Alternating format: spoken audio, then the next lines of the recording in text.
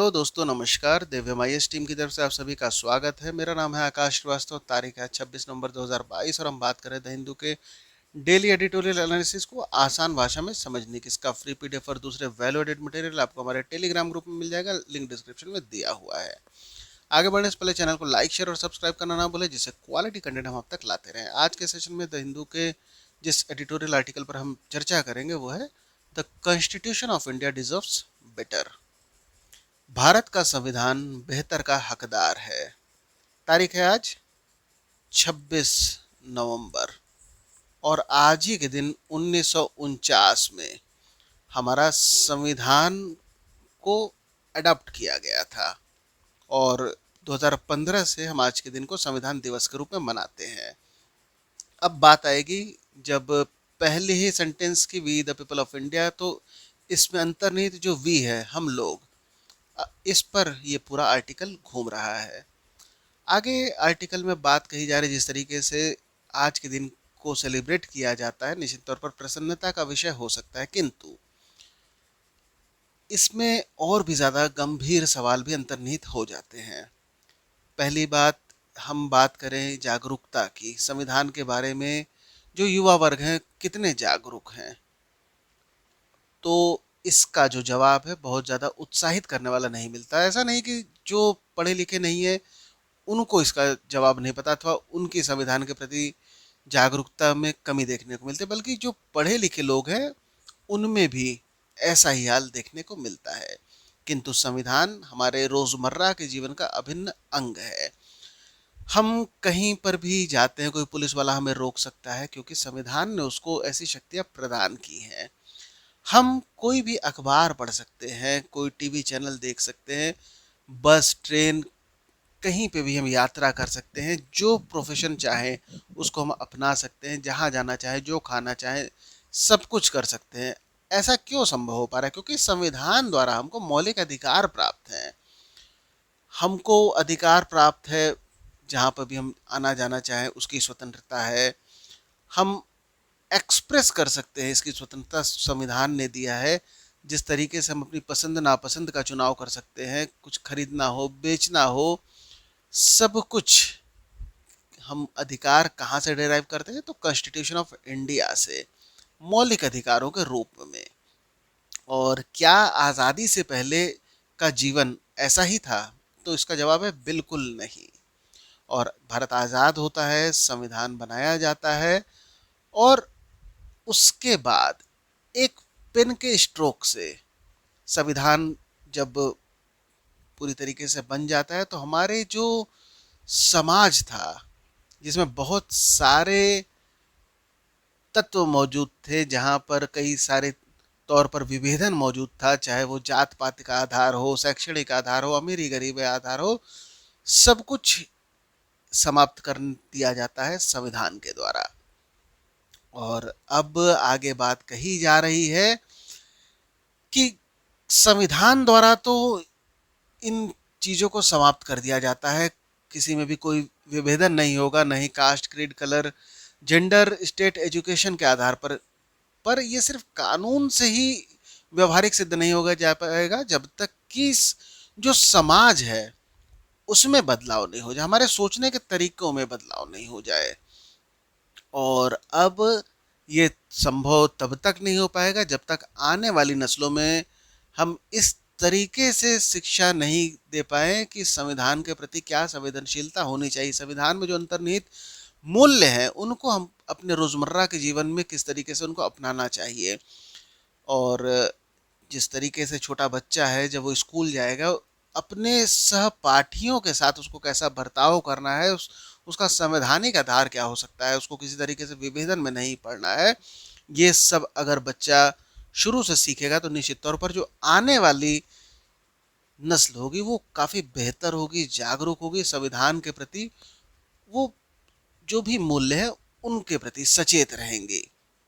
और अब आगे बात आर्टिकल में ये भी कही जा रही है, जिस तरीके से जो धार्मिक ग्रंथों की जब बात आती है तो हम उनके प्रति काफ़ी सम्मान व्यक्त करते हैं, लेकिन जब संविधान के प्रति वैसे ही सम्मान की बात आती है तो चूंकि बहुत से लोग, इवन जो वेल एजुकेटेड लोग की बात कर रहे हैं, घर में संविधान की कोई भी किताब, कोई भी प्रति नहीं देखने को मिलेगी। आजकल संविधान की बात करें, अगर घरों में संविधान ढूंढना हो तो सिर्फ और सिर्फ ये वकीलों के घर तक ही सीमित रह गई है।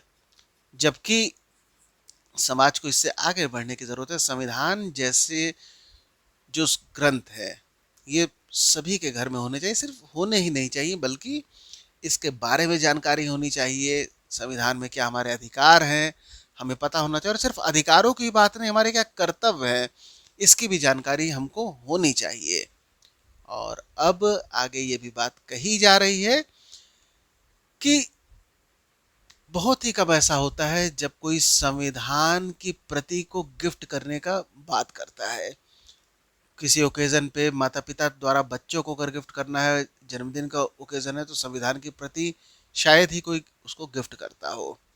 लेकिन ज़रूरत इसी बात की है कि हम सभी अगर चाहते हैं कि जो बच्चे हैं हमारे, वो बेहतर हो, उनका परिपक्व दिमाग हो, जो भी वो काम करें वो जिम्मेदाराना तरीके से करें, तो हमको ऐसी किताबों का सम्मान करना पड़ेगा, प्रचलन में इनको लाना पड़ेगा। और जब औरतों के सम्मान की बात आती है तो ऐसे जो मूल्य हैं उनके अंदर शुरू से ही डालने होंगे। और एक तरफ तो हम बेहतर मूल्यों की बात करते हैं, लेकिन दूसरी तरफ जब बात आती है कि बच्चा है उसको पढ़ाना है, तो कई बार ये भी होता है कि भाई डॉक्टर बनोगे तो ये इतना दहेज मिलेगा, इंजीनियर बनोगे इतना मिलेगा, आईएएस बनोगे तो इतना दहेज मिलेगा। उसी के आधार पर ये प्रोत्साहन निहित हो जाता है कई बार माता पिता इवन बच्चों के लिए भी, कि हम फला जगह पर सेलेक्ट हो। ऐसा नहीं होना चाहिए, क्योंकि संविधान हमको सिखाता है दहेज के बिल्कुल विरोध होना है, जात पात में यकीन नहीं रखना है, किसी पंथ में भरोसा नहीं रखना है, और जो व्यक्ति है उसको, उसमें जो अंतर्निहित मूल्य है उसके आधार पर उसका सम्मान करना है। और जब मूल्यों की बात आएगी तो ये निर्बाध रूप से हमको संविधान में मिलेंगे। अब आगे आगे ये भी बात कही जा रही है कि जिस तरीके से संविधान का अनुच्छेद 15 इस बात को कहता है कि जो राज्य है वो जो नागरिक है उनके प्रति किसी भी तरीके का विभेदन नहीं करेगा।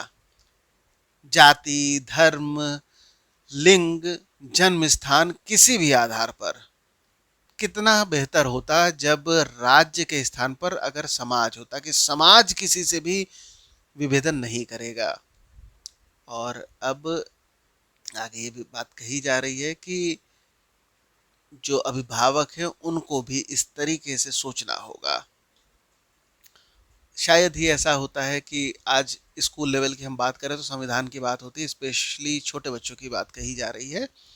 किंतु ऐसा होना चाहिए, संविधान के प्रति और ज़्यादा जागरूकता बढ़ाने के लिए जो एलिमेंट्री स्कूलिंग है वहाँ पर कुछ कोर्सेज इसमें जोड़ने चाहिए।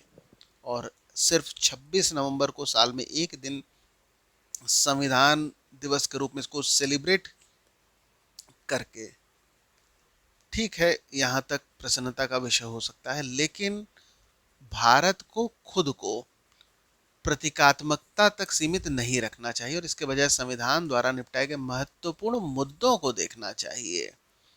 और जिस तरीके से वसुदेव कुटुंबकम की बात हमारे प्राचीन ग्रंथों में कही गई है, इसका मतलब है कि सभी मानवता, सभी जो मानव है वो एक वृहद परिवार का हिस्सा होंगे, और हम इसी दृष्टि से मानव जाति को देखेंगे। सभी बराबर हैं।